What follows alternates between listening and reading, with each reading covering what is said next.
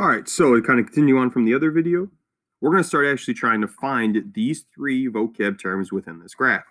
Okay. Now, I'm going to show you kind of a early on novice way to help you out. Hopefully, just by using this method, you start to kind of grow and really understand why we're doing this and what we're looking for to kind of help you out. Okay. Is a lot of this is going to help by just understanding what a period is and how long does it take to repeat itself, or what an amplitude is. What's the distance from the midline to a max or a min? Okay. Things like that are going to help you. All right. So without further ado, let's start finding some of these. Okay. The easiest way to actually do this early on is do something that we like to call a box method. Okay. What we're going to do is actually create a box around this period. Okay. Or around this function.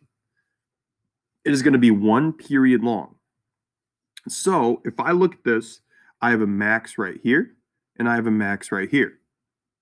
So what I'm going to do is, now I'm going to just kind of do it with dots here, draw a box from those 2 points, or 2 lines from those 2 points. From there, I'm just going to continue on and then try to almost play connect the dots and draw one big box around that function. Notice how it cuts through the min and both maxes, okay? That would be included within my box, okay? I have a repeating 2 points. I have 2 points that repeat, a max to a max.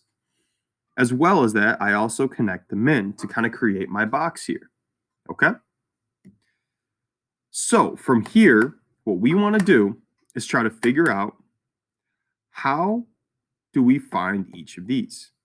Well, first off, the period. The period is just how long it takes for a point to repeat.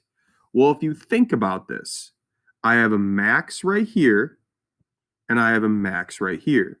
Each have the same y coordinate. We want to know how long it took for that to actually repeat. Well, if you think about that, all you have to do is think, how long is that blue line up top?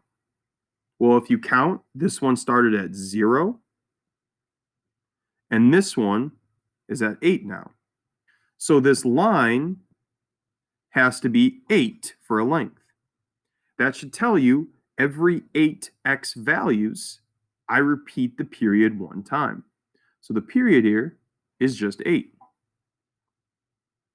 Next, you have the amplitude, okay? The amplitude, kind of like we discussed earlier, we can solve by taking the max minus the min and divide it by 2. So I'm going to do the absolute value. The max is 2. The min is -4. So I'm going to subtract a -4. And then I'm going to divide that by 2. Well, 2 minus a -4 is going to be a +6. And then when you divide that 2, you end up getting an answer of just 3. Oops. Let's make that a little bit cleaner.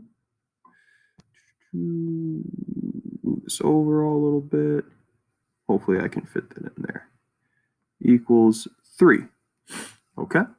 So now the amplitude is just a value of 3.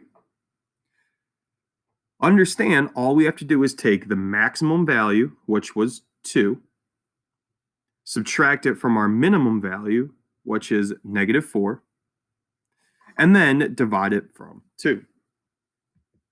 Last but not least, we have our midline, okay? Now, a lot of us could probably assume where the middle's at. You could use your max and your min to kind of help you out, okay? Another very easy way is just to use your amplitude. Okay, we can use our amplitude to find our midline.